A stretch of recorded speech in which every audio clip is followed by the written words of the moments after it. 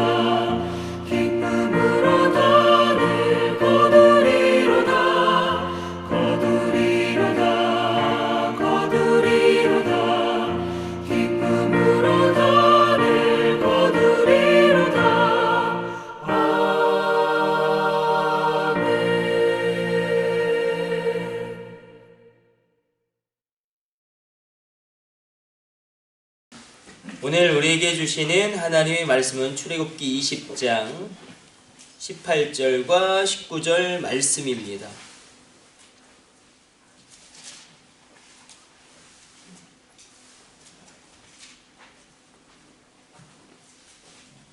출애굽기 20장 18절 19절 같이 합독합니다.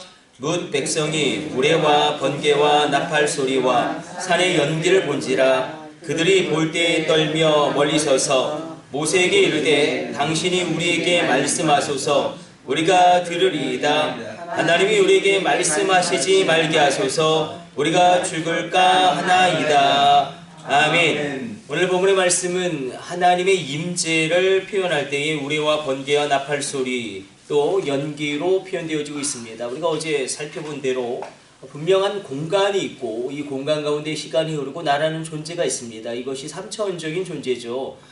그러나 이 3차원적인 영역 가운데 하나님의 임재, 하나님의 영광, 영원히 접속되어지면 변화가 일어나게 되어지고 그 공간이 특별해지고 그 시간이 특별해집니다.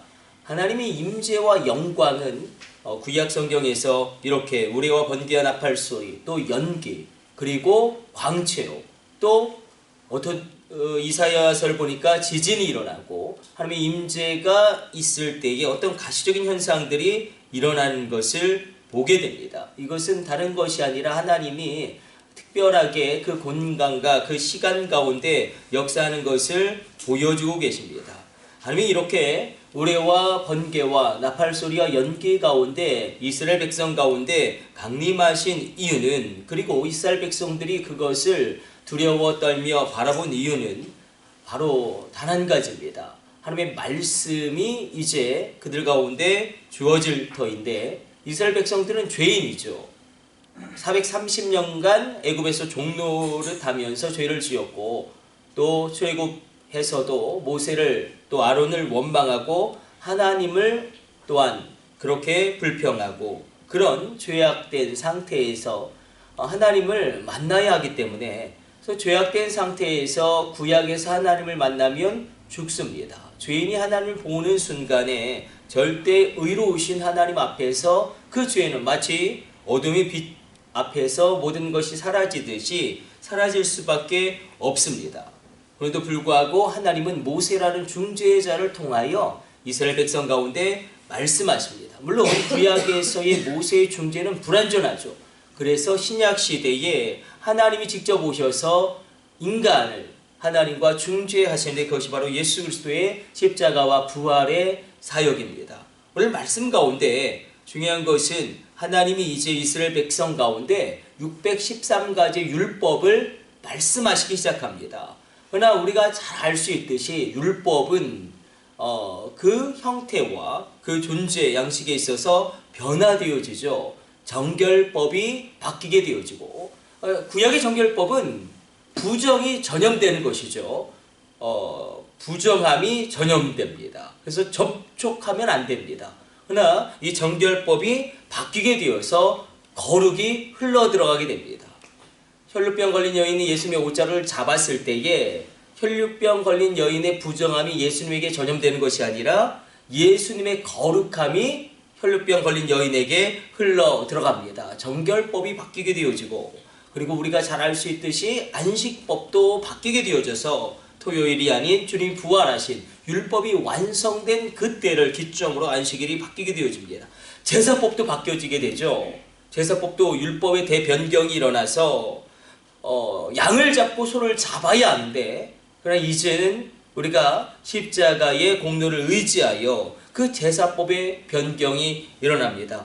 그러나 더 광범위한 변경이 일어난 것은 의식법입니다. 이 의식법, 정결법과 안식법, 제사법, 의식법, 율법의 대변경이 일어나는데, 그러나 무엇 안에서 그 변경이 일어나냐면 하나님의 말씀 안에서 일어납니다. 우리가 이것을 놓쳐버리게 되어지면 그렇죠. 지금도 안식교는 토요일날 예배드리고,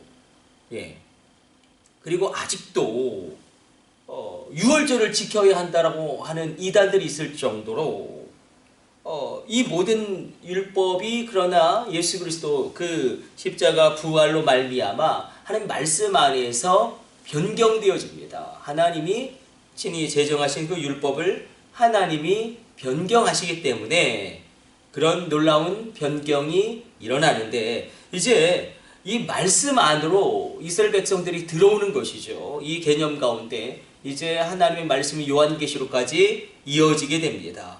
오늘 우리 가운데 하나님, 우리가 말씀 안으로 들어가서 하나님 말씀 안에서 하나님을 새롭게 만나게 하여 주옵소서. 말씀이 흘러갈 때에 생명의 역사도 흘러가게 되어진다. 말씀이 임할 때에 축복의 역사도 열려지게 되어진다. 그 큰 흐름을 우리가 읽어가면서 이제 출애굽기로부터 시작되어지는 그 긴 율법의 대장정, 아주 읽기도 어려운, 이제 레위기에서는 숨이 턱턱 막힐 정도로 제사법 같은 거 읽을 때는 정말로 까마득할 정도로, 그러나 그 모든 것이 의미 없는 것이 아니라 십자가와 부활을 향하여 하나님의 뜻하신 것을 보여주고 있습니다.